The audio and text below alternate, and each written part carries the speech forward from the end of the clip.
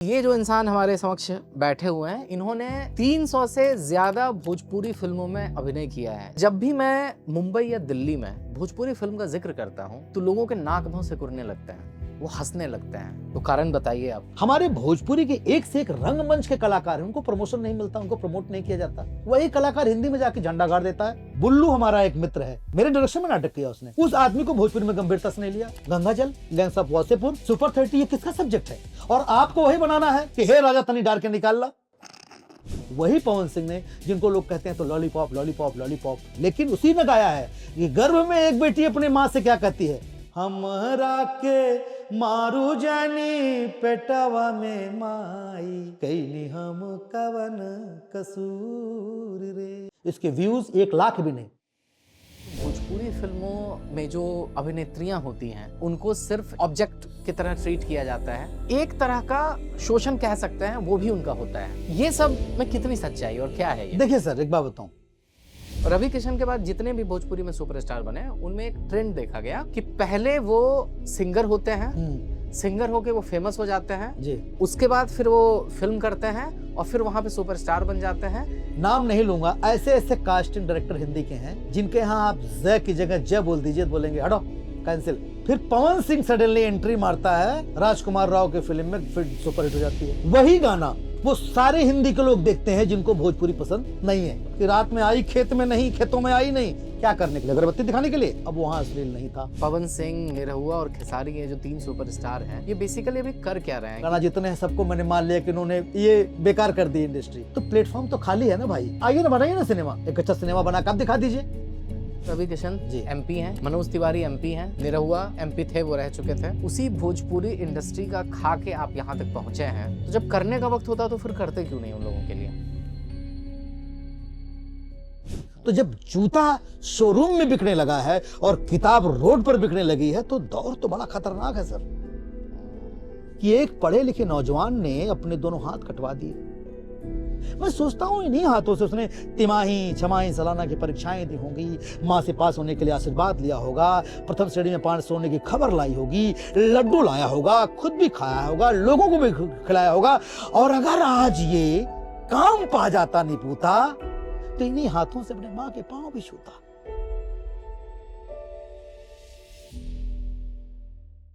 Hello नमस्ते, क्या हाल चाल है आप लोगों का? Welcome back to another episode of unfolding talents. आज जो हमारे मेहमान हैं, आप थंबनेल देख के समझ चुके होंगे, ये किसी परिचय के मोहताज नहीं है, खास करके भोजपुरी ऑडियंस के लिए। और अगर आप भोजपुरी सिनेमा नहीं देखते हैं, और ये दुर्भाग्य है क्योंकि इसी पर हम लोगों का ये पॉडकास्ट बेस्ड भी है, तो मैं आपके सहूलियत के लिए बता दूं कि ये जो इंसान हमारे समक्ष बैठे हुए हैं, इन्होंने 300 से ज्यादा भोजपुरी फिल्मों में अभिनय किया है। जी हाँ, 300 से ज्यादा। निरहुआ रिक्शा वाला में इन्होंने बतासा चाचा का कैरेक्टर निभाया था जी। तो मनोज सिंह टाइगर, बतासा चाचा, आपका बहुत बहुत स्वागत है। कैसे हैं आप? थैंक यू भैया, बहुत अच्छा हूं और थैंक यू यहाँ मुझे बुलाने के लिए। अरे बहुत बहुत बहुत बहुत आपका धन्यवाद। मतलब ये हम लोग का सौभाग्य है, सौभाग्य इसीलिए क्योंकि आप पहले भोजपुरी के आर्टिस्ट हैं जो कि इस पॉडकास्ट पे आए हैं जी। और आपके माध्यम से इस पॉडकास्ट का मैं एजेंडा सेट कर देता हूं कि इस पॉडकास्ट के माध्यम से मनु सर, मैं अपने दर्शकों को ये बताना चाहता हूं कि भोजपुरी फिल्में जो हैं वो सेलिब्रेट क्यों नहीं की जाती है। जी। भोजपुरी फिल्में जो उनका इतिहास रहा, जो संस्कृति है, जो भाषा है, उसको लेके जो एक इमेज क्रिएट कर दी गई है, इसके ऊपर हम लोग बातचीत करेंगे। जी। तो मैं शुरू करता हूं। मनोज सर, लमसम 15 करोड़ से ज्यादा लोग जो हैं वो भोजपुरी भाषा बोलते हैं। बहुत ही प्यारी भाषा है, बहुत मीठी भाषा है। लेकिन जब भी मैं मुंबई या दिल्ली में या बड़े शहरों में भोजपुरी फिल्म का जिक्र करता हूं तो लोगों के नाक भौं सिकुड़ने लगते हैं, वो जज करने लगते हैं जी। वो हंसने लगते हैं, वो मजाक उड़ाने लगते हैं, एक लो क्लास का टैग लगा देते हैं। जी। एक भोजपुरी वेटरन आर्टिस्ट होने के नाते मैं आपसे समझना चाहता हूं कि क्या ये स्टिग्मा जो है ये चुभता है?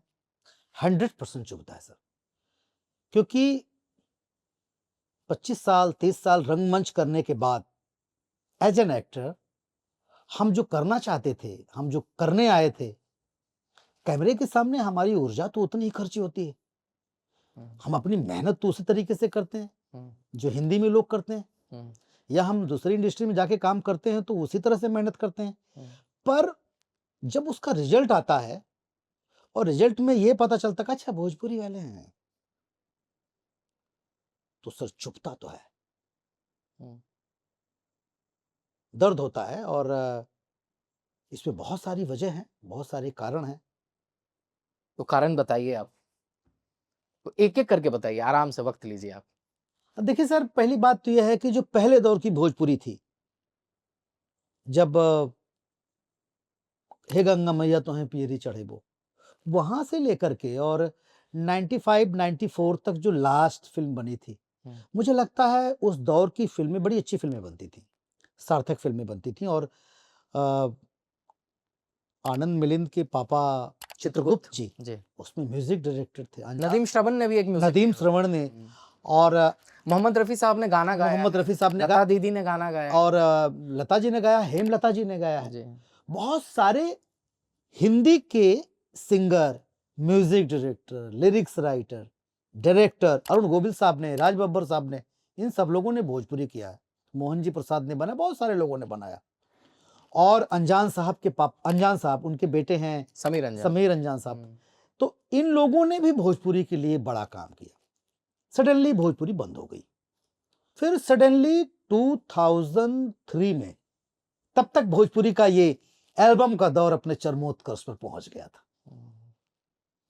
2 तरह के एल्बम बनते रहे, लेकिन वही बात हो गई कि जब अश्लील गाना पूरा था जी, बहिया में लेके सैया मारे ला बहुत, मैं क्या बोलूं, तनी सजींस ढीला कर तमाम गाने, जिसको चिंटुआ के दीदी कनी प्यार करे जी, ये सब। और सर सिचुएशन ये आई कि मैंने बहुत सारे जगहों पे ऐसा देखा कि क्लास सोसाइटी के लोग जब ये गाना चलता था तो बोलते थे माइक बंद कर, हटाओ इसको इधर से। और मैं जिस फैमिली से आता हूं, जिस बैकग्राउंड से आता हूं, आपकी जानकारी के लिए बता दूं मैं कि मैं कंप्लीटली भोजपुरिया नहीं हूं। अच्छा, मैं अवधी हूं। भोजपुरी आती तो होगी ना? नहीं आती थी। मैं आजमगढ़ का वो लास्ट, जहां से अयोध्या अंबेडकर नगर शुरू होता है, मेरा वहां बॉर्डर पे घर है। मैं मतलब नाम का आजमगढ़ में हूं, मेरा सारा काम सुल्तानपुर में होता है, अंबेडकर नगर में होता है, अयोध्या में होता है। तो मैं भोजपुरी तो बोल ही नहीं पाता था। मैंने कभी सोचा भी नहीं, मेरा पाला भी नहीं पड़ा। मैंने थिएटर किया, मुंबई आया, परेश रावल बनना था मुझे। अच्छा, पंकज कपूर बनना था, एकदम मेरा सेट था कि मुझे पंकज कपूर बनना है, मुझे परेश रावल बनना है, महमूद भी नहीं बनना है, मुझे परेश रावल बनना है। मेरी एक हाइट है, मेरी एक पर्सनालिटी है, मैं ऐसे इतने दायरे का आदमी हूं, और कम हाइट होने के नाते बचपन से अंडरएस्टिमेट भी होता था। तो मुझे लगा कि मैं एक दिन बनूंगा, और रंगमंच किया बड़े लेवल पे। मैं उसकी भी चर्चा करेंगे कि किन किन लोगों के साथ रंगमंच किया। लेकिन सडनली एक्सीडेंटली मैं भोजपुरी में पहुंच गया। और कहते हैं ना कि एक विधि विधान होता है जहां आपकी रोटी लिखी होती है। एक फिल्म की, उस फिल्म से दूसरी मिल गई। क्या नाम था फिल्म का? पहली फिल्म थी निरहुआ, चलत मुसाफिर मोहली ओरे।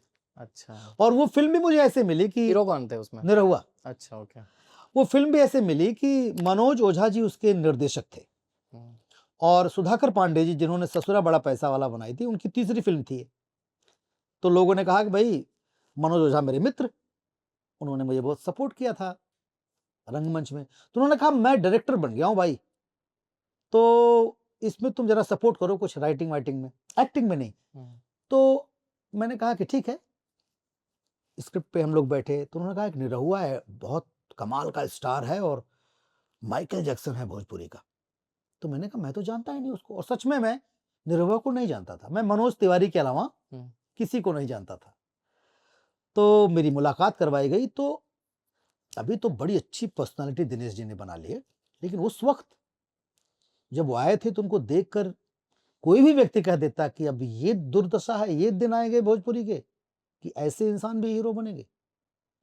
बिल्कुल अजीब से लग रहे थे। गाना उनका हिट हुआ था, निरहुआ सटल रहा, वो सब। मैंने गाना नहीं सुना था। अच्छा। फिर मुझे वो गाना सुनाया गया, तो मैंने कहा ये कौन सा गाना है यार, 2 इंस्ट्रूमेंट कोई था, बोले अरे ये डायमंड जुबली गाना हो गया है।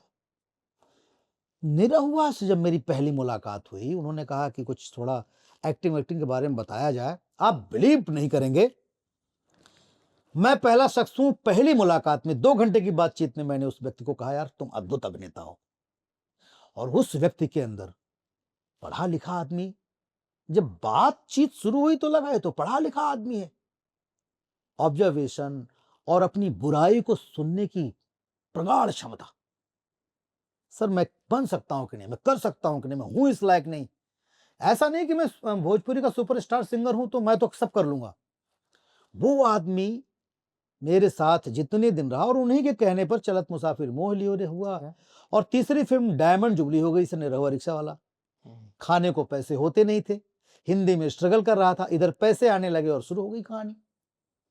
और यहां से हमारा भोजपुरी का सिलसिला शुरू हो गया और फिर मैं हो गया भोजपुरिया। तो अभी जो आप बोल रहे थे कि भोजपुरी की जो दुर्दशा जी। होनी जो शुरू हुई और अभी जो वो जो आपको कचोटती है चीजें, मैं आपसे पूछना चाहता हूँ मनोज भाई कि मराठी और पंजाबी फिल्में जो हैं ये पीवीआर आइनॉक्स में लगती है जी। फैमिली ऑडियंस साथ में जाके देखती है, जबकि भोजपुरी सिनेमा जो है ये आज भी सिंगल स्क्रीन में ही सीमित हो गया है। जी। आपको क्या लगता है कि ये डिस्ट्रीब्यूटर्स की गलती है या भोजपुरी इंडस्ट्री फिल्में ही ऐसी नहीं बना रही है जहां पे पब्लिक जो है वो फैमिली के साथ मल्टीप्लेक्स तक पहुंच सके? क्या लगता है? देखिए सर, ऐसा नहीं है कि सिंगल स्क्रीन थिएटर के लिए भी शुरू से ही 2003 के बाद का जो दौर है, आप ससुरा बड़ा पैसा वाला देखें, वो सिनेमा सर फैमिली के साथ देखने लायक सिनेमा है। लेकिन गलती क्या होती थी, 90% साफ सुथरा सिनेमा बना करके उसमें एक गाना डाल देते थे कि सैया दिलवा मांगे ले गमछा बिछा के। 90% तो साफ सुथरी फिल्म है, वेजिटेरियन है, उसमें एक अंडा डाल करके नॉन वेजिटेरियन बना दिया उन्होंने। अब प्रमोशन किसका हो रहा है? गाने का।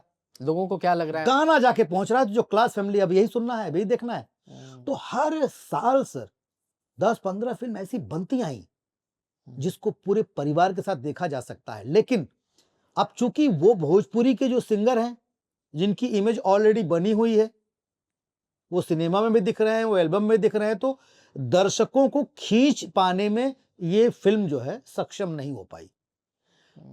डे बाय डे पहले जो 70% आते थे, 60 हुए, 60 से 50 हुए, 40 हुए, अभी तो 10% पर आ गए। क्या बात कर रहे हैं जी। उसकी वजह ये रही कि हम एक तो सिंगल स्क्रीन थिएटर की हालत बड़ी खराब। चलो सैटरडे संडे को अच्छी क्लास फैमिली अगर देखना भी चाहती है, चलो भोजपुरी देखें, तो वो पता लगा कि बाथरूम में नाक नहीं दे सकते हैं आप खड़े होकर के। सिनेमा हॉल में इंफ्रास्ट्रक्चर की भी दिक्कत है बहुत जबरदस्त। एक तो ये प्रॉब्लम हुई। दूसरी बात ये है कि सर आपको जब एजुकेटेड लोग जो हैं, हमारे यहां बिहार में, एक उत्तर प्रदेश में प्रॉब्लम और है सर। जब से मराठी की बात आप करते हैं ना, तो मराठी का एक परिवार अमेरिका में भी जाए तो मराठी में बात करने में अपने आप में शर्म नहीं आती। वो लोग अपने लोगों के बीच में मराठी में बात करते हैं, तेलुगु वाले तेलुगु में बात करते हैं, उनके अपने लोग मिल जाए तो। हम उत्तर प्रदेश और बिहार के लोगों को अपनी लैंग्वेज बोलने में बहुत शर्म आता है। एक आईएएस ऑफिसर, एक प्रोफेसर, अच्छी अच्छी क्लास फैमिली के लोग, ये सबसे पहले अपने बच्चे को ही मना करते हैं कि भोजपुरी फिल्म मत देखना,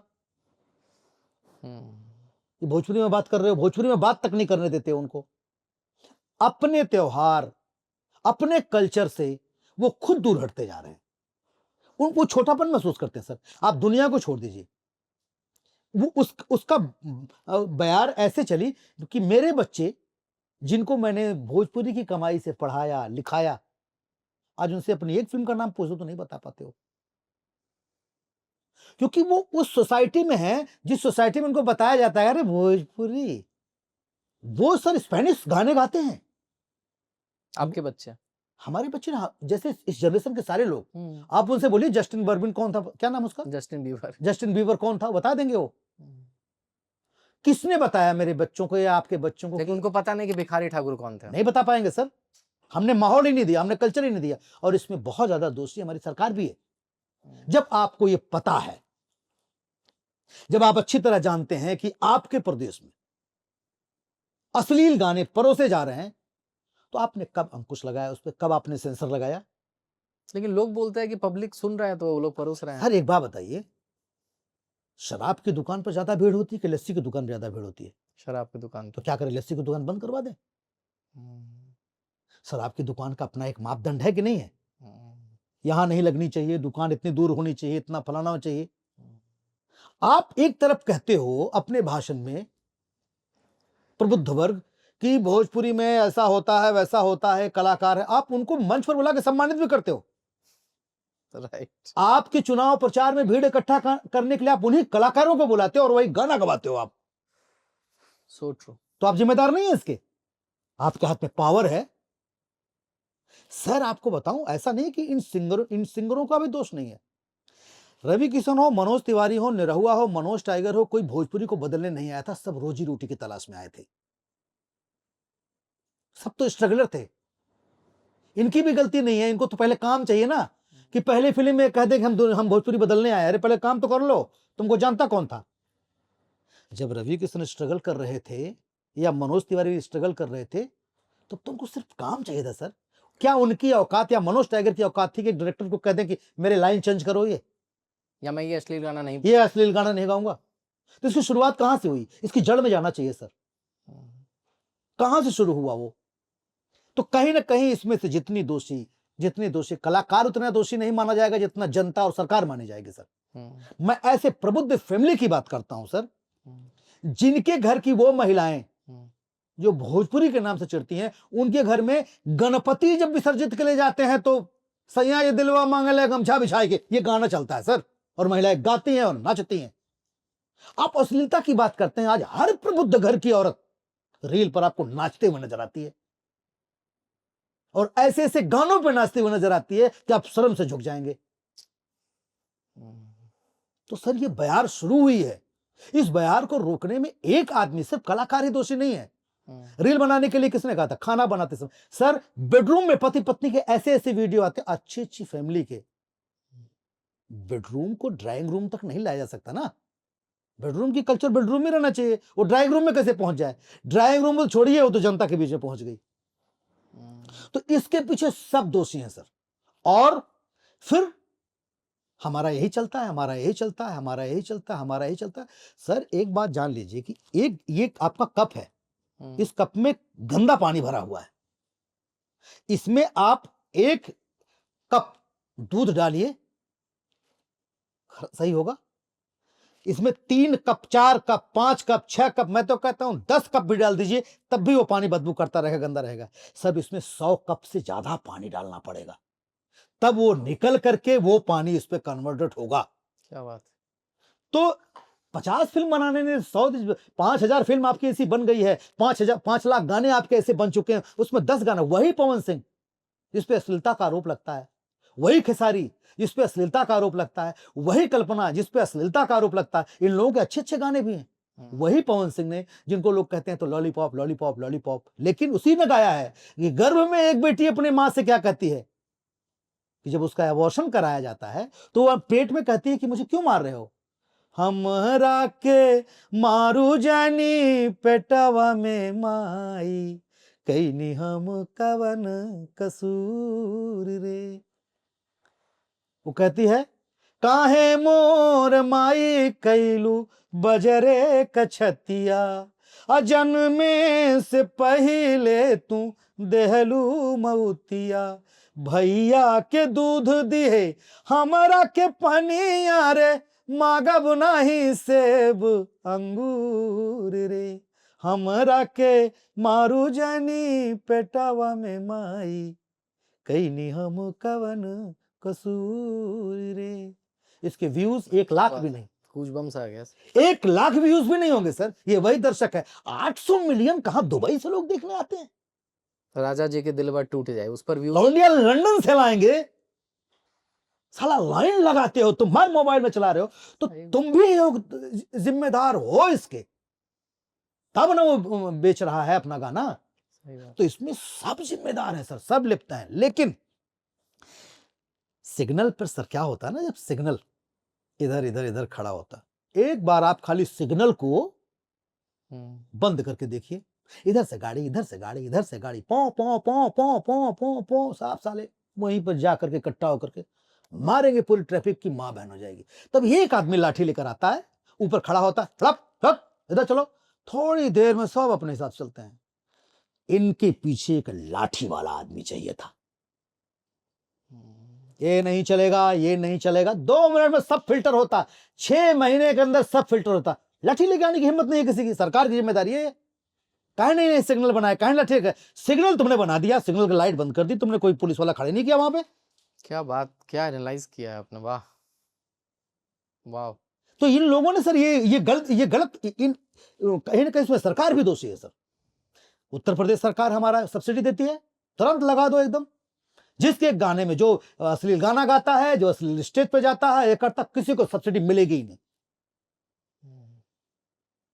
अब उसमें जो बिजनेसमैन आता है, एक प्रोड्यूसर आता है, अपना पेट्रोल पंप बेच कर आता है, अपना घर द्वार बेच कर आता है, कर्जा लेकर आता है, उसको क्या मतलब है कि आप रावण लीला बना रहे हैं कि रामलीला बना रहे हैं? उसको तो मतलब है मेरा पैसा वापस होगा कि नहीं। उसको सोसाइटी से क्या लेना देना, बिजनेस तो बिजनेस है, और उसके लिए उसको जो भी करना है वो करेगा, वो करेगा। तो साहित्यकारों को दूसरी बात है, वही कल्पना जिस पर जब तक वो अश्लील गाती रही तब तक वो स्टार थी।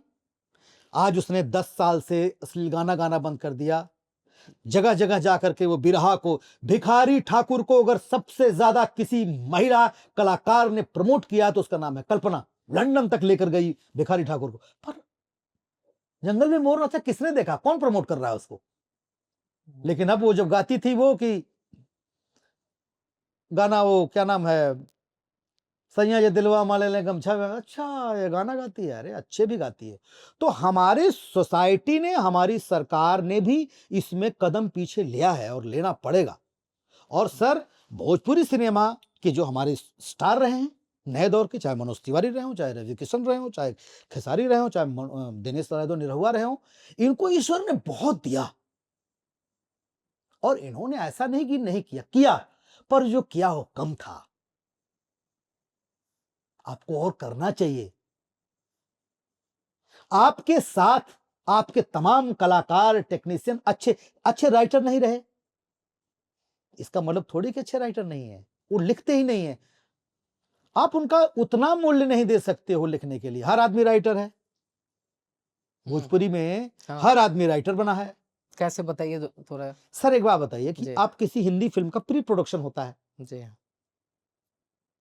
हमारी भोजपुरी इंडस्ट्री में तो हम जब सेट पे पहुंच जाते हैं तो हमें पता चलता है तो हमारा किरदार क्या है। अच्छा, कहीं हम ये भी पढ़े थे सर कि भोजपुरी फिल्म में एक आइटम सॉन्ग में जो लहंगा का बजट होता है वो राइटर से ज्यादा होता है। अरे सर, हीरो के बॉय का जो बजट होता है वो किसी एक्टर का बजट नहीं हो पाता सर। ओके, क्या बोलूं? तो सर इससे हम तो कलाकार हैं, हम तो पानी है रुख बदल लेंगे, यहां नहीं तो वहां, वहां नहीं तो वहां, कहीं काम पाएंगे।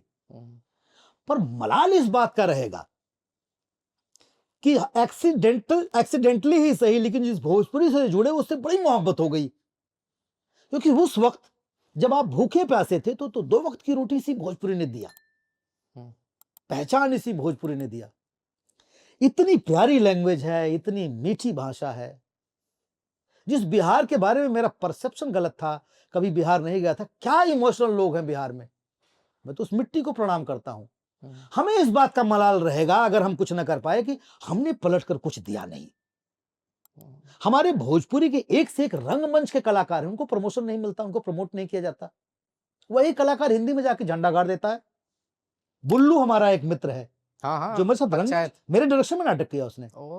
उस आदमी को भोजपुरी में गंभीरता से नहीं लिया। अविनाश दुबे जिसने दोपहिया लिखी, लागल रहा बतासा में मेरे साथ हीरो थे, वो नचनिया कमाल की फिल्म बनाई। आप ऐसे लोगों को पहचान ही नहीं पाते हो, जाकर हिंदी में झंडा गाड़ देते हैं। आप ही का सब्जेक्ट बनाया जाता है जिसका नाम है गंगाजल, गैंग्स ऑफ वासेपुर। ऋतिक रोशन ने एक फिल्म की थी, क्या नाम था उसका? सुपर 30। ये किसका सब्जेक्ट है? और आपको वही बनाना है कि हे राजा तनी डार के निकाल ला, इससे बाहर आप जाने नहीं चाह रहे। राइट। सिनेमा में आप तो गाना लिखवाएंगे, सुनो एक तो वियोग लिखदा, एक ठे प्रेम लिखदा, एक ठे द्वंद्व लिखदा, हे लिखदा। अरे भाई अच्छा ऐसे होता है क्या? ऐसे होता है ब्रीफ सर। ऐसे दिया जाता है? सर आप बिलीव नहीं करेंगे, मुझे तो अभी तो कुछ 2 3 4 5 डायरेक्टर आए हैं जो इस चीज से लड़ रहे हैं। सर इसमें निर्देशक बेचारा भी दोषी नहीं है, हम्म। हमारे निर्देशक को हमारे स्टार हैंडल करते हैं। डायरेक्टर कौन रहेगा ये भी हमारा स्टार डिसाइड करता रहा है। क्या बात कर रहे जी हो? इसके बारे में बताइए थोड़ा डिटेल में सर। सर एक बात बताइए कि एक डायरेक्टर बेचारा, मैं बहुत सारे डायरेक्टरों की दशा, निरहुआ को इस मामले में मैं हमेशा सैल्यूट मारता हूं। हम्म। उसने कभी इंटरप्शन नहीं किया सर। डायरेक्टर बोलता ओके ओके सर, अगर डायरेक्टर गलत भी बोल रहा है तो भी वो कहता था ओके सर। इसीलिए आज वो इस मोड़ पर पहुंच रहा है। लेकिन आमतौर पर मैंने देखा है सेट पर ये डायलॉग होगा, ये स्क्रिप्ट होगी, फलाना होगा, ढमकाना होगा, डायरेक्टर ये टेक लेकर आए। मैंने कितने स्टारों को टेक लगाते हुए देखा है सर, खुद ही डायरेक्टर बन जाता खुद डायरेक्टर बनते हुए देखा है। है। आप बताइए सर, मुझे ना एक बार डॉक्टर डी रामा नायडू के साथ मैंने एक भोजपुरी फिल्म की थी। उन्होंने गिनीज बुक में नाम, उनका गिनीज बुक में नाम चला जाता कि अगर वो एक और फिल्म बना देते तो ये होता कि हिंदुस्तान की सारी लैंग्वेज में उन्होंने फिल्म बना दी। तो उन्होंने निरहुआ, मुझे और पाखी हेगड़े को लेकर फिल्म बनाई थी, शिवा। ओके। सुब्बा रेड्डी, उसके सुब्बा रेड्डी ही नाम था मेरे ख्याल से, जी सुब्बा रेड्डी उसके डायरेक्टर थे। अब उस सेट पर सर हमें बताने लगे कि एक सिनेमा बनता कैसे है। उन्होंने कहा जो सिनेमा चलता है तो उसमें क्रेडिट हीरो ले जाता है, लेकिन उसे पता नहीं है कि लड़ाई फौज करती है, नाम कैप्टन का होता है। क्या बात।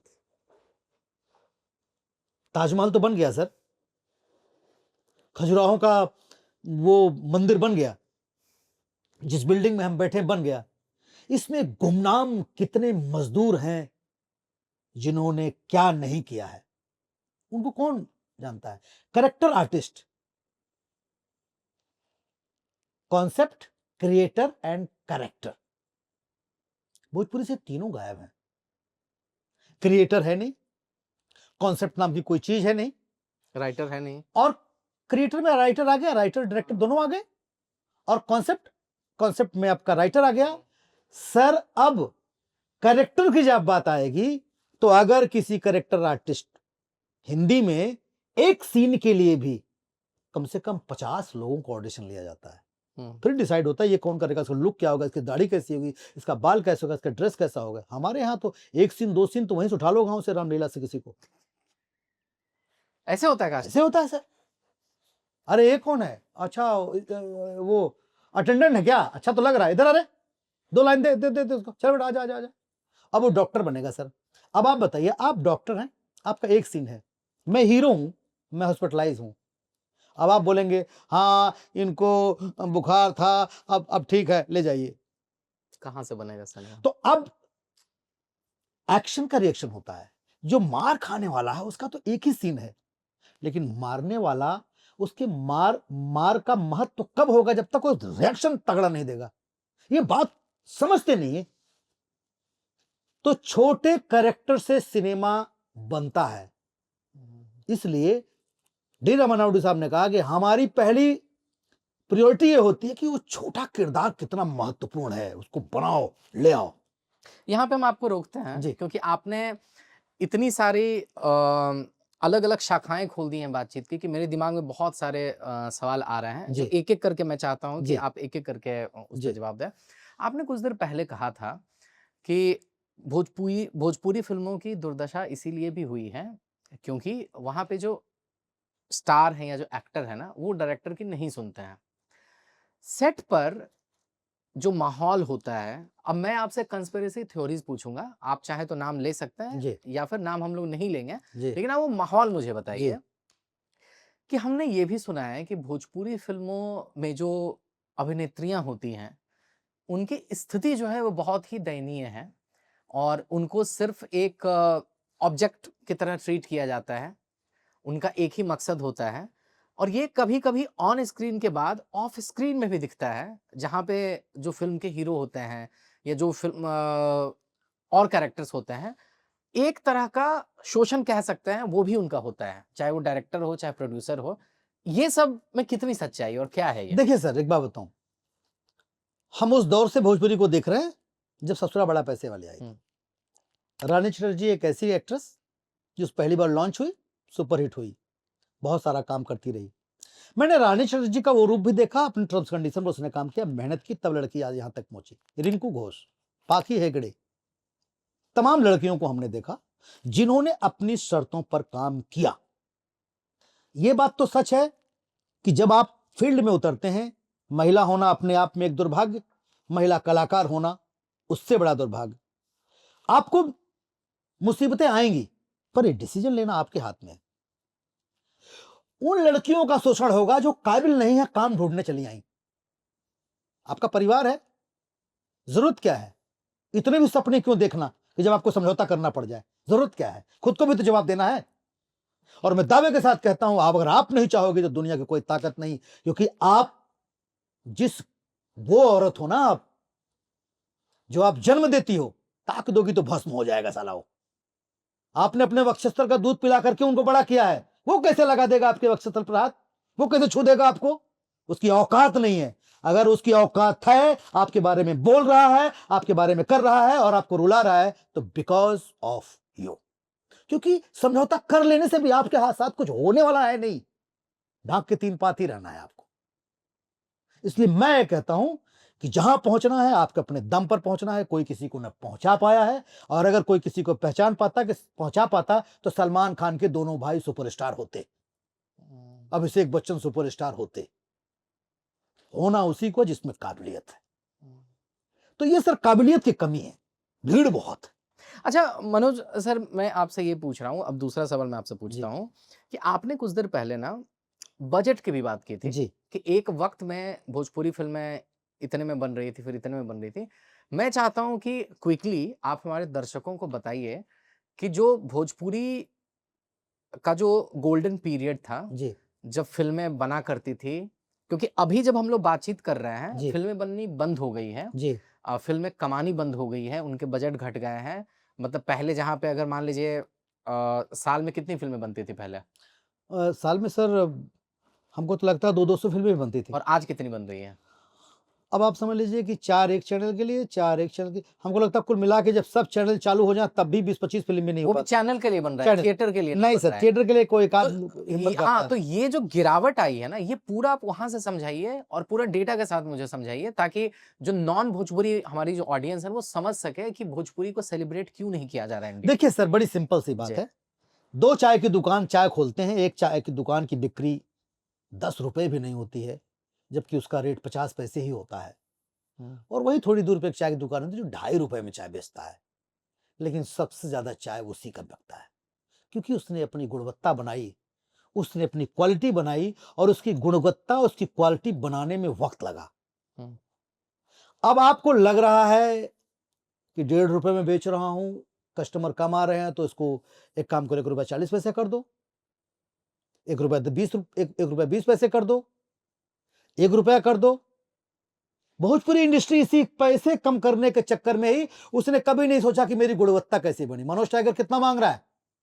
2.5 लाख। लाओ एक मोटा आदमी दूसरा लाओ, लाओ उसको। मजाक ही तो उड़ाना है, मजाक हाँ, उड़ा के ही हाँ, कॉमेडी उसको लाओ। करना है। अरे तो फिर तो परेश रावल को तो ले नहीं लेता आदमी कोई। परेश रावल से बुरी एक्टिंग मनोज टाइगर नहीं करेगा सर, लेकिन परेश रावल की जगह मनोज टाइगर कोई बुला के एक्टिंग दे दे हिंदी में, 50,000 में करके चलाऊंगा। अरे परेश रावल की जगह कास्ट हुआ हूं, लेकिन उनको पता है कि मेरे साथ अभी stardom as an actor Paresh Rawal इस फिट है, तो मुझे परेश रावल ही चाहिए। भोजपुरी में ऐसा नहीं है सर।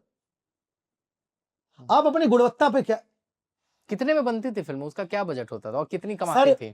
बड़ा एक दौर था जब निरहुआ हिंदुस्तानी, राजा बाबू, प्रेम की रोग भइल, ये 50 दिन चलती थी, तो हम लोग फ्लॉप की कैटेगरी में मानते थे।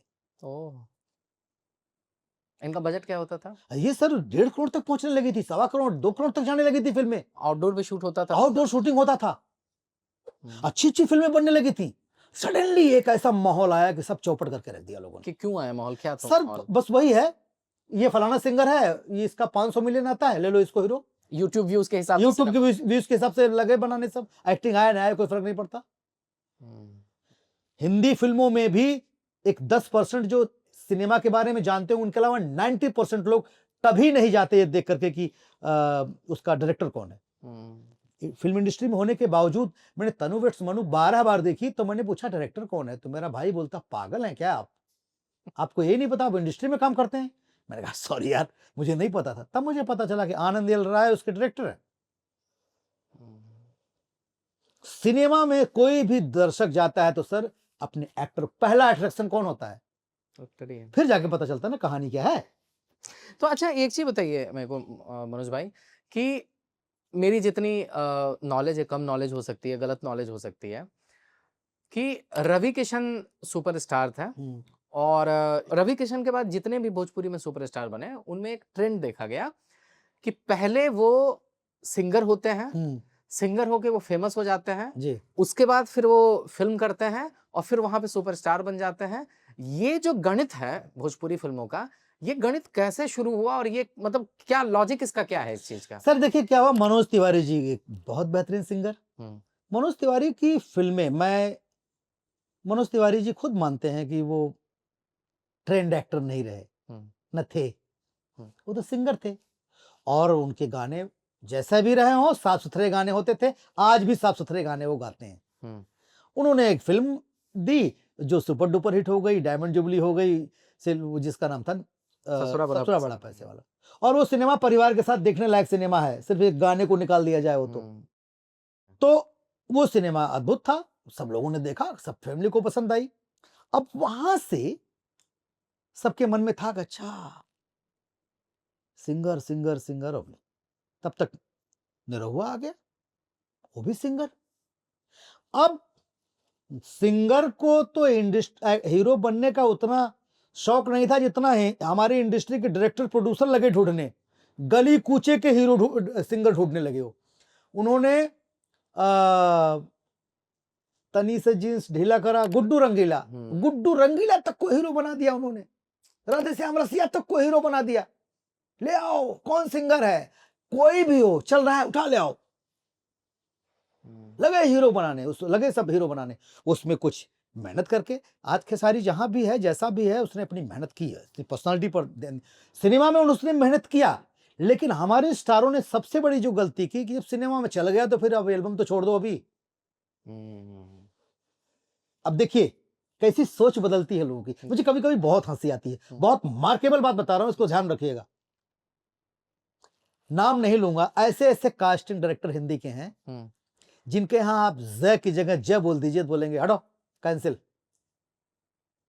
करेक्ट, ऑडिशन लिया जाता है।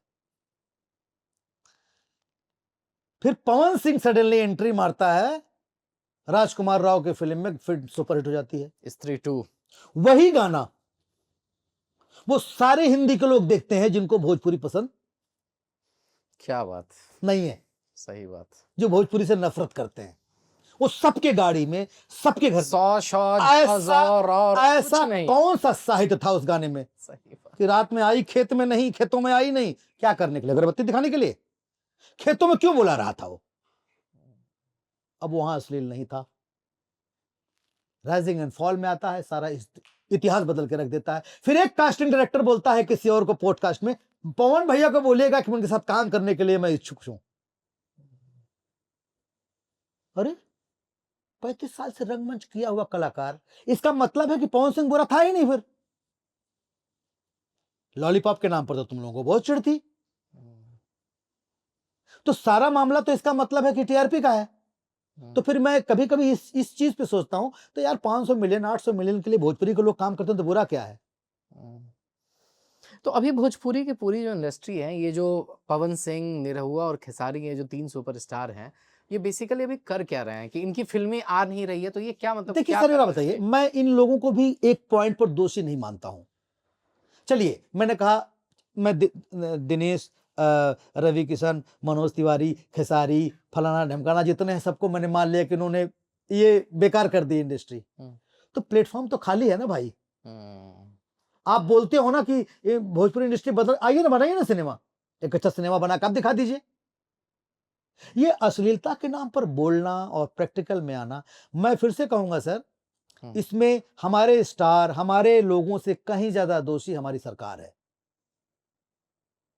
हम, वो तो इंडस्ट्री कितने दिन की इंडस्ट्री थी, पनपी ही नहीं। तो प्रोड्यूसर जब आया तो उसका भी अपनी प्रॉब्लम, प्रोड्यूसर बोला कि भैया हमको पैसा चाहिए, तो उनको भी लगता है अच्छा बिहार में इस नौरंग में सिनेमा लगेगा तो नौरंग में कौन देखने जाएगा, तो नौरंग में वही आएंगे, ठेले वाले आएंगे, सब्जी वाले आएंगे, तो सब्जी वाले का मसाला, ठेले वाले का मसाला उसमें डाल दिया। तो उसमें बहुत सारी सिचुएशंस भी बनी सर। लेकिन अगर इस स्टारडम पर दोषी कहां पाए जाते हैं, यहीं पर कि इस स्टारडम पर पहुंचने के बाद जब आपके पास अब पद है, प्रतिष्ठा है, चाहते तो बहुत कुछ बदल सकता। तब मैं अभी, अब चूंकि आपने जिक्र किया, मैं नाम लेना चाहूंगा। रवि किशन जी एमपी हैं, जी मनोज तिवारी एमपी हैं, जी निरहुआ एमपी हैं, थे एमपी थे, वो रह चुके थे। आप जब मेंबर ऑफ पार्लियामेंट बन जाते हैं, आप एक पद पर चले जाते हैं, और जब आप उसी भोजपुरी इंडस्ट्री का खा के आप यहाँ तक पहुंचे हैं, उसी भोजपुरी के लोगों ने आपको प्यार दिया है, तो जब करने का वक्त होता तो फिर करते क्यों नहीं उन लोगों के लिए? मुझे पता नहीं क्यों ऐसा लगता है कि इनकी मंशा में कोई कमी नहीं थी, पर जब ये वहां गए तब इनको पता चला कि ये जो राजनीति है और राजनीति में जो लोग बैठे हुए हैं, हमको आपको लगता है ना कि वहां पहुंचकर इनके हाथ में बहुत कुछ है, इनके हाथ में कुछ है ही नहीं। इन्होंने कोशिश किया सर बहुत, पर कर ना पाए। नहीं, बट लेकिन चूंकि आप अगर ये बोल रहे हैं कि सरकार अगर चाहती, वो डंडा दिखाने पर वाली, सरकार में ये रवि किशन, मनोज तिवारी और ये तो सर प्रतिनिधि ही है ना, सरकार तो नहीं है ना सर, सरकार में है, करना तो सरकार बट को है। सरकार तो प्रतिनिधियों से ही बनती है तो ना। सर आप बताइए कि उत्तर बिहार का एक मुख्यमंत्री, बिहार के मुख्यमंत्री को ये निर्णय तो बिहार के मुख्यमंत्री को लेना पड़ेगा ना सर। आपके प्रदेश में अश्लीलता फैल रही है, गली कूचों में लाउड स्पीकर में गंदे गाने गाए जा रहे हैं, मैंने तो कभी नहीं देखा कि आप धरपकड़ शुरू हुई हो। मंच पर सार्वजनिक रूप से आप नहीं कर पाएंगे, आप नहीं बोल पाएंगे, आप नहीं गा पाएंगे, कहीं ना कहीं वोट की लालच, फलाना का लालच। सारे कलाकारों को सर, सारे कलाकारों को, चाहे अश्लील हो चाहे फलाना हो, चुनाव आते ही सबका इस्तेमाल शुरू हो जाता है। Sad reality. तो सर इसमें क्या कर सकते हैं मनोज तिवारी और क्या कर सकते हैं रवि किशन? ऐसा नहीं है, बहुत कोशिश, अच्छा सिनेमा बनाने का मैंने बहुत बार बात किया है रवि किशन से भी और दिनेश जी से भी। निरहुआ ने तो संसद में बोला भी कि सर 8वीं सूची में हमारे भाषा को लाया जाए। मनोज तिवारी ने बोला, रवि किशन, लेकिन इनके हाथ में, इनके बस में खाली इतने है ना कि ये ले आया जाए, इसमें इम्प्लीमेंट करना कैसे हो कैसे नहीं हो, ये कहीं ना कहीं सरकार इस पर डिसाइड करेगी। तो सरकार, जब आप, हमारे प्रदेश का मुखिया ही नहीं बोल रहा है, हमारे प्रदेश का मुखिया एक बार खाली चिल्ला के बोल दे बंद नहीं होगा, देखिए कैसे नहीं होता सर, होगा। और दूसरा मुझे ये भी लगता है कि अभी जब हम लोग बातचीत कर रहे हैं सर, तो अभी कांतारा आई जी, पुष्पा आई जी, क्यों चली ये लोग? ये फिल्में इसीलिए चली क्योंकि इन्होंने अपने कल्चर को ना बहुत अच्छे तरीके से दिखाया सर। अब भोजपुरी का जो कल्चर है कि हमारे पास मान लीजिए फणीश्वर नाथ रेणु का साहित्य है, भिखारी ठाकुर का साहित्य है, प्रेमचंद का साहित्य है, इनके साहित्य को भोजपुरी इंडस्ट्री क्यों अडेप्ट नहीं कर पा रही है? सर एक बहुत हास्यास्पद स्थिति बताऊं जी, पिछले कुछ सालों से जिला महोत्सव होते हैं हर प्रदेश में। चलिए हम अपने उत्तर प्रदेश और बिहार की बात करते हैं। ऐसे ऐसे कलाकार हैं ना सर, हमारे लोकल कलाकार, जो ऐसा ऐसा नाटक करते हैं, म्यूजिकल नाटक करते हैं, लेकिन उस मंच पर गाता कौन है? बादशाह। अभी गोरखपुर महोत्सव हो रहा है, एक पवन सिंह है, एक बादशाह है। बादशाह क्या गाएंगे वहां पर सर? लोकल कलाकारों, मैं सिर्फ गोरखपुर महोत्सव की बात नहीं कर रहा हूं, हर महोत्सव की बात है। वो जो कल्चर को लेकर के पागलों की तरह सर रंगमंच को खत्म कर दिया लोगों ने। रंगमंच का कलाकार जो है, उत्तर प्रदेश बिहार का जो हिंदी रंगमंच का कलाकार है, भोजपुरी रंगमंच का कलाकार है, इनके पास फंड नहीं है सर। ये किसी ऑडिटोरियम में नाटक करने जाते हैं तो 35,000, 50,000, 70,000 भाड़ा होता है। ये जब नाटक शुरू करते हैं तो फ्री में बोलते हैं आइए हमारा नाटक देखने, 20 लोग नाटक देखने नहीं आते हैं। मैं अपनी बताऊं एज ए डायरेक्टर, मैं जब नाटक करता हूं मुंबई में, लखनऊ में, तो सर 5 दिन पहले से ही सबको इनविटेशन फ्री में देना शुरू करता हूं कि आए किसी बहाने। तो उसमें से भी लास्ट डर है मैं यहाँ फंस गया, मैं यहाँ फंस गया। मैं अगर 25 लोगों को बुलाना होता तो 250 लोगों को इनवाइट करता हूँ, तब 25 लोग आते हैं। लेकिन अभी पता लगा फलाने एक्टर आ रहे हैं गाना गाने के लिए, तो कुर्सियां टूट जाती हैं और वहां गाना गाया जाता है कि भाई तेरा जाता नहीं डार के निकालना, यही गाना गाया जाता है और उस गाने में साला तालका मचता है। तो जब तक ये नहीं बदलेगा तो इसके लिए सर आप अच्छी चीज को प्रमोट तो करिए। रंगमंच के लिए लोग पागल हैं, रंगमंच कर रहे हैं। वो लोकल कलाकार जो एक मैथिली ठाकुर है, मैं उसको अप्रिशिएट करता हूँ। उस भीड़ से निकल कर आई, अच्छी चीज को परोसा उसने, उसको प्रमोट भी किया गया, उसकी मेहनत ने उससे प्रमोशन करवाया। तो उस तरह के जो और तमाम कलाकार हैं उनको भी बुलाइए ना, उनमें तो पैसा भी कम लगेगा। महोत्सव इसीलिए होता है ना, महोत्सव क्यों किया जाता है? ताकि कल्चर को लोगों तक पहुंचाया जाए, अच्छी बात पहुंचाया जाए, कवियों को पहुंचाया जाए। बस नाम नहीं लूंगा, लेकिन 9 लाख 10 लाख रुपए लेकर के कुमार विश्वास आते हैं, अच्छी बात है। पर क्या कुमार विश्वास ही एक कवि हैं, बाकी और कोई कवि नहीं है? उनसे इंस्पायर होकर बहुत सारे लोगों ने काम किया है, उनको भी प्रमोट करिए। हर जिला में 10-5 लोग होते हैं, उनको किसी नहीं, बिल्कुल बिल्कुल आप ये सही बोल रहे हैं और इस पे मतलब कि ये दर्शकों की भी जिम्मेदारी है। अच्छा, मैं जाने से पहले ना आपसे कुछ भोजपुरी इंडस्ट्री के बारे में जो सोशल मीडिया पे चीजें चलती हैं ना, वो मैं आपसे भी पूछता हूँ। गंभीर बातें बहुत कुछ हो गई हैं, तो भोजपुरी इंडस्ट्री के बारे में एक जो चीज अभी चलती है सोशल मीडिया में कि घटना या दुर्घटना बाद में होती है, भोजपुरी इंडस्ट्री उस पर गाना पहले बना देती है। जी, कि मतलब कुछ भी हो, कि आज अगर ऐसा है कि ट्रम्प जो है वो वेनेजुएला के जो भी होता है वेनेजुएला, हाँ, उसके राष्ट्रपति को ट्रम्प ने कैद कर लिया, तो अभी वो कैद किया भी नहीं होगा कि गाना आ चुका है भोजपुरी। पहलगाम पे इंडिया अटैक किया नहीं, पाकिस्तान उस पर भर्त्सना बाद में करेगा, भोजपुरी लोग पहले मतलब कि गाना आ गया। अभिनंदन को जो पकड़ाए थे, अभिनंदन छूटे भी नहीं है और अभिनंदन पे 4 गाना आ गया। ये जो एक अलग सी इंडस्ट्री बन रही है, इसके बारे में क्या कहता है? ये क्या है मतलब? सर ये क्या है ना, घर घर में कुकुरमुत्तों की तरह स्टूडियो बन रहे हैं, कुकुरमुत्तों की तरह सिंगर निकल गए हैं। अब सबको पता है कि कुछ भी गा दूंगा तो नहीं कुछ तो 4 जिले का स्टार तो बन ही जाऊंगा। तो अब इनको एक मैटर मिल जाता है, तो कोई अब खुद ही एक लाइन बना दिया, कोई हुक बना दिया, डाल दो। तो सब व्यूज का खेल है ये सब। इसमें जो अच्छे साहित्यकार जो थे, अच्छे राइटर थे, उन लोगों ने कदम पीछे ले लिया, क्योंकि उनके लिए अच्छे सिंगर मिलते हैं कि जो उनके साहित्य को समझे, जो उनकी लाइंस को गाए। तो ये वजह है कि सर जब अच्छी चीजों का प्रमोशन हुआ नहीं, तो ये तमाम लोग जब निकल कर आए तो अब उनको समझ में आ रहा है कि यही बिक रहा है। एक गाना कितना में बन जाता है वो? अरे सर 3,000 रुपए में। क्या बात कर रहे हैं? 3,000 से शुरू होता है गाना बनना। हाँ, उसमें लिखना उखना सब हो जाता है सर, सब हो जाता है। 3,000 से शुरू होता है, बहुत जाएगा लाख रुपए तक जाएगा। हमको तो इस दौर में कोई ऐसा गाना नहीं दिखता जो 50,000 1 लाख रुपया क्रॉस करता हो उसका। अरे मतलब 70% तो गाना 10,000 रुपए में ऑडियो वीडियो के साथ सर। अलग इंडस्ट्री चल। हाँ, अलग इंडस्ट्री है। भले क्वालिटी कितनी घटिया, क्वालिटी क्या, उसमें करना क्या, लूप लगाए डाले उसमें, बस हो गया, शुरू हो गया। दर्शकों को प्रभावित तभी कर पाएंगे जब अच्छा प्रोडक्ट देंगे, और एक प्रोडक्ट से 2 प्रोडक्ट से काम नहीं होगा। 1-2 प्रोडक्ट तभी हो सकता है कि जब ये बड़े चेहरे आए, पंकज त्रिपाठी भैया कुछ कर दें, अनुराग भाई कुछ कर दें, अनुभव सिन्हा जी कुछ कर दें, प्रकाश झा कुछ कर दें, ये कुछ एक ऐसा लेकर आए और ये वहां पर जाएं। कॉमेडी विद कपिल में हम बात करें कि हमारा भोजपुरी कल्चर की बात।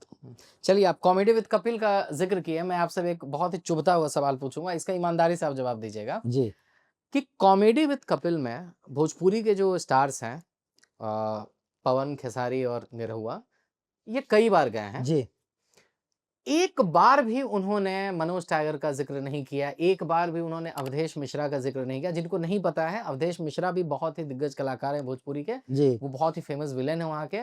संजय भाई का जिक्र नहीं किया।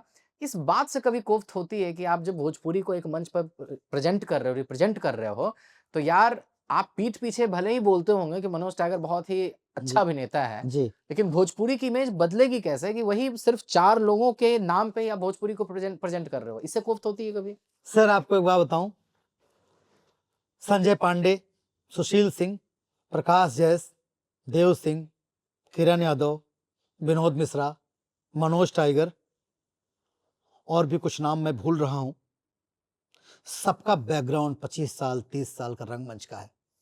पंडित सत्यदेव दुबे के साथ हमने घिस घिस के 1998 से नाटक कर 2005 तक हमने रंगमंच के अलावा कुछ किया नहीं। तो सर, ये जो दूसरे श्रेणी में हम कलाकार आते हैं, ये इनको तो मीडिया भी प्रमोट नहीं की कभी। इनके बारे में तो चर्चा बस हमारे लोग कहते हैं अद्भुत कलाकार हैं। हमें मनोज भैया या रवि किशन या दिनेश लाल यादव से इस बात की शिकायत नहीं है, वो अच्छी बात है, वो कॉमेडी विद कपिल में जाए। लेकिन हमें भी कभी कभी अफसोस होता है कि यार, आप हम लोग जब हमारे सामने बैठते हैं तो सब बड़ी तारीफ करते हैं। रवि जी बोलते हैं कि यार ये खतरनाक एक्टर है मनोज टाइगर, क्या साला एक्टर है, ये एक्टर है वो एक्टर है, पर किसी मंच पर जाकर आप नहीं बोलते, इसका थोड़ा दुख है। वहां एक बार कह देते, इतना बड़ा प्लेटफॉर्म है, इतने बड़े प्लेटफॉर्म पर सुशील सिंह, मनोज टाइगर, संजय पांडे, फलाना ढिमकाना, एक बार विलन और कॉमेडियन की टीम पहुंचती है और हमारे पास मैटर है सर, हंसा हंसा के हम पागल कर देंगे। तो हमें भी लगता है कि चलो एक बार पूरा हिंदुस्तान कम से कम दिखे तो भोजपुरी में ये लोग भी हैं।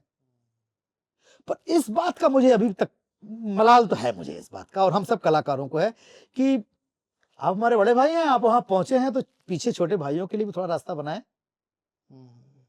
तो ये क्यों किया, या जानबूझ के किया, या भूल गए, पर भूल गए तो एक बार भूले, 2 बार भूले, 3 बार भूले, पता नहीं, पर इस बात का मलाल तो हम कलाकारों को रहता है सर। ओके। अच्छा, बातचीत करते करते ना भिखारी ठाकुर का बार बार जिक्र हुआ है, तो हमारे जो दर्शक हैं जिनको सिर्फ यही पता है कि भोजपुरी जो है वो एक अश्लील भाषा है, जी जिनको सिर्फ यही लगता है कि भोजपुरी में सिर्फ अश्लीलता है, उन दर्शकों के लिए आप उनको भिखारी ठाकुर और भोजपुरी की जो अस्मिता है, जो उसकी जो गरिमा है, उसे आप कैसे रूबरू करवाएंगे उन दर्शकों को? देखिए सर, मैं आपको बताऊं, भिखारी ठाकुर तो खैर लेजेंड है, महेंद्र मिसिर, चित्तू पांडे, इसके अलावा बहुत सारे, अब मैं शारदा सिन्हा को भी इसमें ले सकता हूं, अभी नए दौर में भरत शर्मा व्यास जी, गोपाल राय, ऐसे बहुत सारे लोग, और तमाम राइटर हैं, कवि हैं, लेखक हैं। सर, क्या होता है ना कि चीजों को, अब क्या डिजिटल जमाना है, मीडिया है, हर आदमी को अपनी टीआरपी चाहिए, हर किसी को ये चाहिए कि हम यहां पर निष्पक्ष भाव से अच्छी चीज को प्रमोशन नहीं मिला। आज भिखारी ठाकुर की बात हम सब करते हैं, हम सब बात करते हैं भिखारी ठाकुर, भिखारी ठाकुर, भिखारी ठाकुर। अभी मैं पूछ दूं कि भिखारी ठाकुर की कितनी रचना को आप जानते हैं, या भिखारी ठाकुर पर कितनी रचनाएं कर दी आपने, तो सबका मुंह टेढ़ा हो जाएगा। और जो भिखारी ठाकुर पर नाटक कर रहा है, जो भिखारी ठाकुर के नाम पे मंचन कर रहा है, उसके बारे में 2 शब्द भी कोई बोलने वाला नहीं है, और ना ही आप सपोर्ट करेंगे, ना ही आप सपोर्ट करेंगे। तो सर, इतिहास इसीलिए होता है कि इतिहास को हम पढ़ें और इतिहास में जो गलतियां हुई हैं आगे दोहराई ना जाएं। बट आपको सर लगता है कि भिखारी ठाकुर पे अगर मान लीजिए 10 करोड़ रुपया मैं आपको देता हूं और आप भिखारी ठाकुर के ऊपर बहुत ही बेहतरीन फिल्म बनाते हैं, उनकी किसी कहानी पे बनाते हैं, तो जो दर्शक हैं ये उस कहानी को देखने में इंटरेस्टेड होंगे? देखिए सर, एक बात बताएं आपको, लिट्टी चोखा है, फुटपाथ पर लिट्टी चोखा को खाने के लिए एक मर्सिडीज गाड़ी नहीं जाती है ना, लेकिन उसी लिट्टी चोखा को खाने के लिए एक नए पैटर्न के हिसाब से बना दिया जाता है, बेहतरीन रेस्टोरेंट पैकेजिंग, और वो एक लिट्टी 250 रुपए में मिलती है सर, और उसको खाते हैं लोग। सेम स्वाद है, वही लिट्टी है, चोखा है, बना करके आपको दिया जा रहा है सर। तो आप प्रेजेंटेशन कीजिए, आप उसी भिखारी ठाकुर को प्रेजेंट करिए, सिंपल सी बात है सर। अभी तो वो दौर आ गया है कि किताब बिक रही फुटपाथ पर, जूता बिक रहा है एसी रूम में। क्या बात, क्या बात। किताबें सर ऐसे ही फुटपाथ पर रख करके ले लीजिए, आप एक साथ ले लीजिए 25, ये ऐसा है बुला बुला के दे रहे हैं। और वो जूता को सजा करके सर एसी रूम में रखा जाता है और उसके एक आदमी ऐसे पहुंचता रहता है, अरे साहब ये इतने का है, फलाना है, ढमकाना है।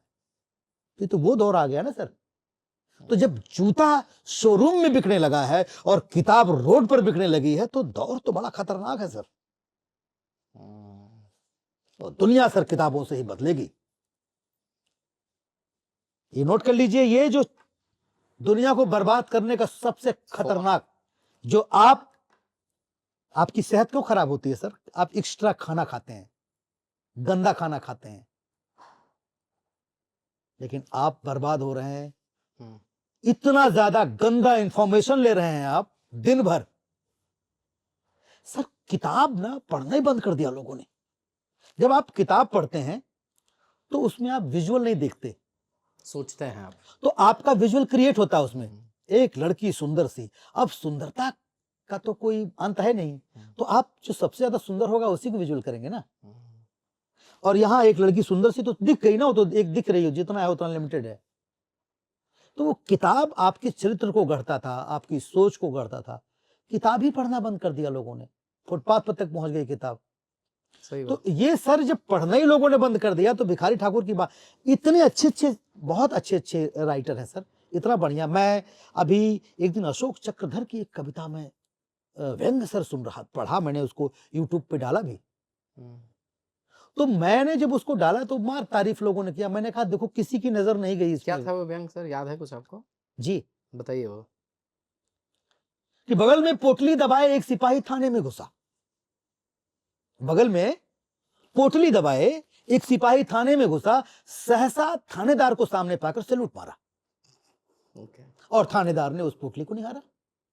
सैल्यूट के झटके में पोटली भिज गई और उसमें से कत्थई गाढ़ी बूंद रिस गई। थानेदार ने कहा क्यों बे, पोटली से क्या टपका रहा है? क्या कहीं से कोई शरबत की बोतल मार के ला रहा है? सिपाही घबरा, नहीं हुजूर इसमें शरबत नहीं है, शरबत नहीं है। तो घबराता क्यों है? हद है, शरबत नहीं तो क्या शहद है? सिपाही ने बोला नहीं हुजूर, इसमें शहद भी नहीं है, इसमें से तो कुछ और ही चीज बही है। कुछ और ही चीज? तो खून है क्या? अबे सच सच बता, क्या किसी मुर्गे की गर्दन मरोड़ दी या किसी मेमने की टांग तोड़ दी? अगर ऐसा है तो अच्छा है, पकाएंगे, तुम्हें भी खिलाएंगे, हम भी खाएंगे।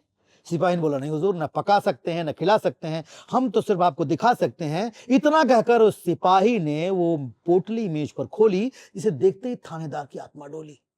उस पोटली से निकले किसी नौजवान के 2 कटे हाथ। थानेदार ने कहा बे बता क्या है बात, ये क्या कलेश है? सिपाही ने कहा हुजूर रेलवे लाइन का एक्सीडेंट केस है।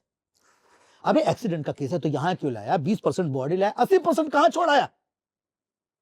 सिपाही ने कहा हुजूर ये बंदा इसीलिए तो शर्मिंदा है क्योंकि 80% अभी जिंदा है। लेकिन हुजूर गजब बहुत बड़ा हो गया, ये हाथ कटवा के खड़ा हो गया। ट्रेन गुजरी तो मैं दौड़ा, वो तना था मानिंदे हथौड़ा। मुझे देखकर मुस्कुराने लगा, अपनी ठूंठ बाहें हिला हिलाकर बताने लगा कि उठा ले जा, बेकार हैं, बर्बाद हैं, इसलिए मैंने काट दिया और बुला ले। कहां है और कहां तेरे आलसी पत्रकार हैं? मैं उन्हें बताऊंगा काट दिए किस लिए, इसलिए कि मैंने झेला है भूख और गरीबी का एक लंबा सिला। 15 सालों से इन हाथों को काम ही नहीं मिला, ओ भाई, इसीलिए हमने काट दिए। मैंने सोचा ये बेकार हैं, बर्बाद हैं, इसलिए हमने काट दिए। मैंने सोचा कि मैं इसे काट दूं और इस जनतंत्र के सोए हुए आलसी पत्रकारों को लिखने के लिए प्लॉट दूं और बताऊं कि 15 साल से इन हाथों को काम नहीं मिला। ये कटे हुए हाथ, अरे मैंने तो काट दिए फिर भी जिंदा हूं। तू क्या मर गया? उठा ले, उठा ले। हुजूर इतना सुनते ही मैं डर गया, जिन्न है या भूत। मुश्किल से खुद को साधा, हाथ उठाया, पोटली में बांधा और यहां चला आया। अब आप ही बताइए रिपोर्ट कैसे बनाऊं, जलाऊं या दफनाऊं? थानेदार घबराया, उसने कहा बात देखो, बात सीरियस है, लेकिन जलाने और दफनाने की काहे की बहस है? आदमी जिंदा तो दौड़ के जा, पूछ क्या, हिंदू है तो जला, मुसलमान है तो दफना। सिपाही ने कहा हुजूर अब इसे आप ही सहेजें, हमें वापस ना भेजें। थानेदार भी घबरा गया, उसने कहा कि एक काम करो, इसको मेडिकल कॉलेज भेज देते हैं, लड़के से देखकर नहीं डरेंगे और इसकी चीड़ फाड़ करके स्टडी करेंगे। उसके बाद पता नहीं क्या हुआ, लेकिन इस घटना ने मेरे मन को छुआ कि एक पढ़े लिखे नौजवान ने अपने दोनों हाथ कटवा दिए। और सच कहता हूं कि टाइम्स ऑफ इंडिया में एक दक्षिण भारतीय युवक के बारे में एक खबर पढ़कर मैं रो दिया और सोचने लगा कि तथाकथित बड़े लोग शर्म से छुप क्यों नहीं गए, डर क्यों नहीं गए, जिनकी वजह से एक अकेले पेट को दो हाथ भी कम पड़ गए। उकता गया था तुम्हारे झूठे वादों से, झूठी बातों से। नहीं तो क्या नहीं कर सकता था अपने दोनों हाथों से।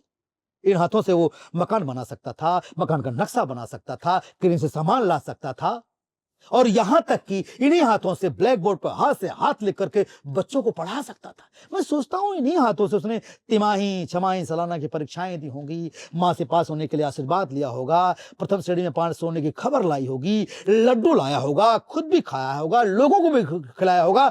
और अगर आज ये काम पा जाता निपुता, तो इन्हीं हाथों से अपने मां के पांव भी छूता।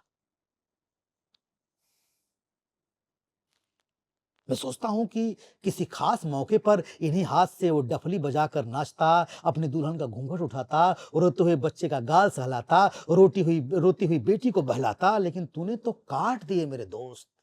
लेकिन तू कायर नहीं है।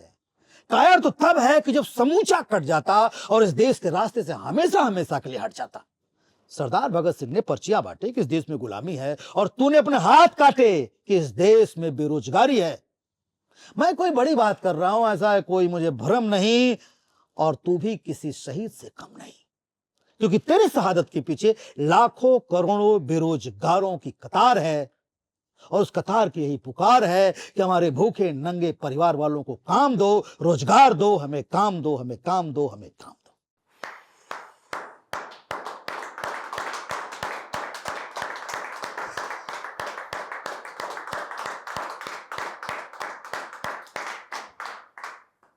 मतलब आप लोग ये रिकॉर्डेड वर्जन देख रहे हैं और अभी हम यहाँ पे बैठ के सामने से ये सुने हैं, और इसका जो प्रभाव है वो अविस्मरणीय है, अकथनीय है, अवचनीय है।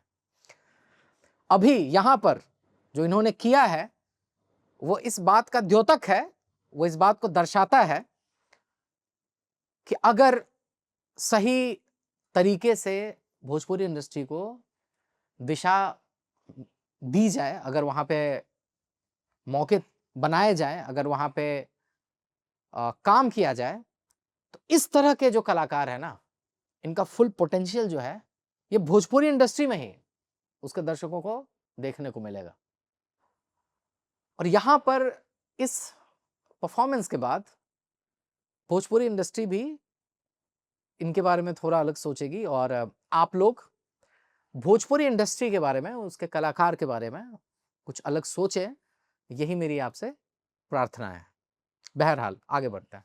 ये जो आप में परिपक्वता है, जो स्मरण शक्ति है आपकी, और ये जो रंगमंच वाला जो जी। एक दूसरा चीज दिख गया, क्योंकि खुलेआम अगर मैं बोलूं भोजपुरी इंडस्ट्री में आपकी क्या इमेज है, बुरा मत मानिएगा, मैं बता देता हूं, फिर आप उसको और जी। जोड़ दीजिएगा। जी। पॉलिटिकली करेक्ट हम नहीं होते हैं, माफ कीजिएगा, कि एक मोटा दिखने वाला इंसान, जी। उसको सिर्फ इसीलिए कास्ट करना है क्योंकि उस पे चुटकुले और जी। जोक मार के हंसा जा सके। जी। क्या इमेज है आपकी भोजपुरी फिल्म में? बिल्कुल सर, देखिए दर्शकों ने हमें गंभीरता से लिया, इंडस्ट्री के लोगों ने हमें गंभीरता से नहीं लिया। आज भी हमारे इंडस्ट्री के वो लोग जो हमको लेकर के बहुत कुछ कर सकते हैं, उसमें चंद ऐसे निर्देशक हैं। मैं एक निर्देशक है रवि भूषण, उनका नाम लेना चाहूंगा, जिन्होंने मुझे एक दिन कहा कि मनोज जी, आपका रंगमंच देखने के बाद मुझे लगा कि आप तो खतरनाक विलन बन सकते हैं। 100 फिल्म एज ए कॉमेडियन करने के बाद, 70% सुपरहिट देने के बाद, जिसको देख करके लोग हंसते हैं, एक आदमी मुझे मेन विलन बना रहा है। उसने डकैत में पवन सिंह का अपोजिट मुझे विलन खड़ा किया, और दर्शकों ने मुझे विलन मान लिया सर। और एज ए विलन मैं 50, कम से कम 100 फिल्म के ऊपर कर लिया। फिर मुझे एक फादर का रोल मिलता है। तो सर एक बात तो है, वो चंद लोग जो विश्वास किए, उनके ऊपर कहीं ना कहीं इस रंगमंच का प्रभाव रहा। जिन लोगों ने मेरे विश्वास किया, उन्होंने पहले मेरा नाटक देखा। सर मेरा एक नाटक है मांस का रुदन। एक हिरनी एक कुत्ते से प्यार करती है, और मंच पर डीआईजी, नौकर, ठाकुर, कुत्ता और हिरनी, ये 5 किरदार मैं अकेले करता हूं। जिसके 125 शोज हो चुके हैं पूरे इंडिया में। भी नाटक यूट्यूब पे है भी, मांस का रुदन। और सर मैं नाटक शुरू करने से पहले चैलेंज देता हूं ऑडियंस को कि 5 मिनट रुकिएगा, उसके बाद जिसको जाना हो चला जाए। जब इस नाटक का रिहर्सल शुरू हुआ पहली बार, तो मेरे एक थिएटर के मित्र ने कहा कि 1 घंटा ऑडिटोरियम में 10 कलाकार मिलकर रोक नहीं पाते हैं, कोई मोबाइल पे बात करने लगता है, कोई उधर उधर की बात करने लगता है, तुम अकेली 1 घंटा कैसे लोगों को रोक पाओगे? तो मैंने कहा सर, एक शो करने का तो अधिकार है मुझे, एक में या तो फेल होऊंगा या तो पास होऊंगा। और सर वो रंगमंच नाटक जब शुरू होता है 15 मिनट के बाद अगर आपके बगल कोई बोल दे तो आप उसको थप्पड़ मार देंगे। और लास्ट में नाटक खत्म होते होते, जब नाटक एकदम खत्म होता है तो क्लैपिंग के बीच ऐसे शून्य में 10 मिनट तक लोग बैठे रहते हैं कि अभी क्या होगा यार, अभी क्या हो गया। ऐसे कि एक वेजिटेरियन हिरनी, एक नॉन वेजिटेरियन कुत्ता, दोनों दूसरे को प्यार करते हैं, और एक सिचुएशन पर आकर के वो दोनों एक ठाकुर के पालतू जानवर होते हैं सर, एसी में दोनों सोते हैं, और एक दिन ऐसी सिचुएशन होती है कि हिरनी को काट दिया जाता है और उसका मांस बना करके सब खाते हैं, और वही मांस कुत्ते को भी दे देते हैं खाने के लिए, क्योंकि मांस ने जीवन, कुत्ते ने कभी मांस के बगैर खाना नहीं खाया था, और ग्रेहाउंड नस्ल का कुत्ता था लंदन का। और जब वो उसको मांस मिलता है तो वो तांडव करता है और ठाकुर से जाकर कहता है कि बाबूजी, कि क्या दुनिया में बलवान सिर्फ इसलिए पैदा हुआ है कि कमजोर को मारकर अपने पेट में झोंक कर जीवित रहे?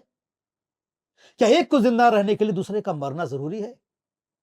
इंसान हाइड्रोजन बम बनाता है, परमाणु बम बनाता है, किस लिए? इतनी बड़ी तरक्की इंसान ने क्यों की? इंसान को खत्म करने के लिए ही ना। विकास के नाम पर जो विनाश की लीला मनुष्य कर रहा है। सच तो यह बाबूजी कि इंसान पूरी दुनिया को निगल जाना चाहता है, और इसके बावजूद मनुष्य के पक्ष में तर्क यही है कि मनुष्य ही दुनिया का सर्वश्रेष्ठ और विवेकशील प्राणी है। तो माफ कीजिएगा, इंसानों से कहीं ज्यादा अच्छे जानवर है। और सर वो तांडव करते करते करते वो ठाकुर को अटैक करता है और कहता है कि मार डालूं बाबूजी, इसी जबड़े में मैं शिकार ले आता था और आप कहते थे कि मेरे डोरा के जबड़े में कोई शिकार आया तो बच। बोले हाँ बेटा मार दे। तो कहता है बाबूजी कुत्ता हूं ना, कैसे मार दूंगा आपको, सजा आपकी है कि मैं खुद मरूंगा। और वो सर खुद तांडव करते करते मर जाता है। ये नाटक, ये थिएटर की देन है सर। और मैं मोनोलॉग करता हूं 2, एक आखिरी पाती और एक मांस का रुदन, जो थिएटर में मेरी पहचान है। इन्हीं नाटकों के बल पे मुझे दोपहिया मिली, इन्हीं नाटकों के बल पर मुझे साउथ की फिल्म मिली है जो मेन विलन जिसका नाम है अहिंसा। इसी नाटक के बल पर मुझे मिली पति पत्नी और पार्ट 2, आयुष्मान खुराना उसमें हैं आप जी। ओह, ये सारे लोगों ने मुझे गंभीरता से, मेरी भोजपुरी सिनेमा से उन लोगों ने मुझे गंभीरता से नहीं लिया। हालांकि भोजपुरी में मैंने बहुत अद्भुत अद्भुत किरदार किया है, लेकिन जब कोई सिनेमा देखेगा तब ना सब, हाँ, सही बात। तो हमारी इंडस्ट्री को उन्होंने गंभीरता से नहीं लिया। तो ये सारा देन सर रंगमंच को है। और रंगमंच में आज भी आप बिलीव नहीं करेंगे, मैं भोजपुरी के लिए इसलिए नतमस्तक हूं कि मैं भोजपुरी से कमा कर रंगमंच करता हूं सर। एक भी टिकट मेरा बिकता नहीं है, क्योंकि कोई टिकट खरीद करके हमारा नाटक देखता नहीं है। और ऑडियंस, मैं हर महीने, हर 4 दिन नाटक कुछ नाटक होते हैं बाहर स्पॉन्सर मिल गए, नहीं तो 70% नाटक मैं अपने पैसे से करता हूं। संजय पांडे भी अपने पैसे से नाटक। कितना पैसा लगता है एक नाटक करने में? सर हम कह रहे हैं कि नाटक में गिरी हालत पे भी अगर कुछ भी मत करिए तो 50,000 तो कहीं नहीं गया। 1 लाख रुपया कभी कभी बाहर चले गए तो और कर दिया।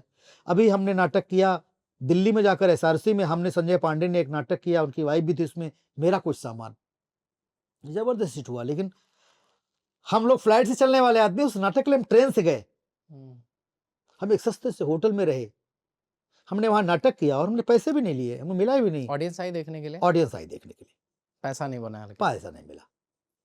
पर उस रंगमंच के लिए हमने किया, हमने रंगमंच करना, क्योंकि और सर आपको बताऊं, मैंने एक जमीन लिया है अपने गांव में, 1 बीघा। वो जमीन की कीमत इस वक्त 2.5 करोड़ है। उस जमीन पर मैंने एक रंगशाला खोला।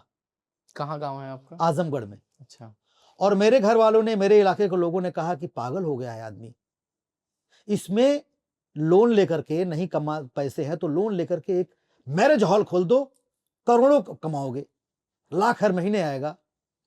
और मैंने सर वहाँ रंगशाला खोला है, वहाँ के लोकल बच्चों को लेकर के मैं वर्कशॉप करता हूँ, म्यूजिक सिखाता हूँ, नाटक करता हूँ। तो प्रॉब्लम यह है कि रंगमंच हमारी खुराक है, रंगमंच को हमको कीड़ा काटता है। नहीं सर, ये पॉडकास्ट के जरिए, जी इस पॉडकास्ट का मकसद था लोगों को ये बताना कि भोजपुरी फिल्म जो है वो क्यों सेलिब्रेट नहीं की जाती है। जी लेकिन इस पॉडकास्ट के ख़त्म होते होते जी एक बहुत ही महत्वपूर्ण चीज़ जो है वो सामने आई कि कोई भी कलाकार जो होता है उसकी कई सारी तहें होती हैं। जी एक एक करके वो तह जो है वो खुलती है और फिर जो दर्शक है वो भौचक्का रह जाता है, जैसे मैं भौचक्का रह गया। जी तो अभी आपकी जो है वो एक तह थी भोजपुरी जी इंडस्ट्री, दूसरी तह हुई फिर ओटीटी।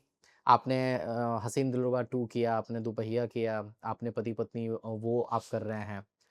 तह पे तह खुलते रहे, यही हमारी कामना है, जी। यही हमारी शुभकामना है। नमस्कार, मैं मनोज सिंह टाइगर।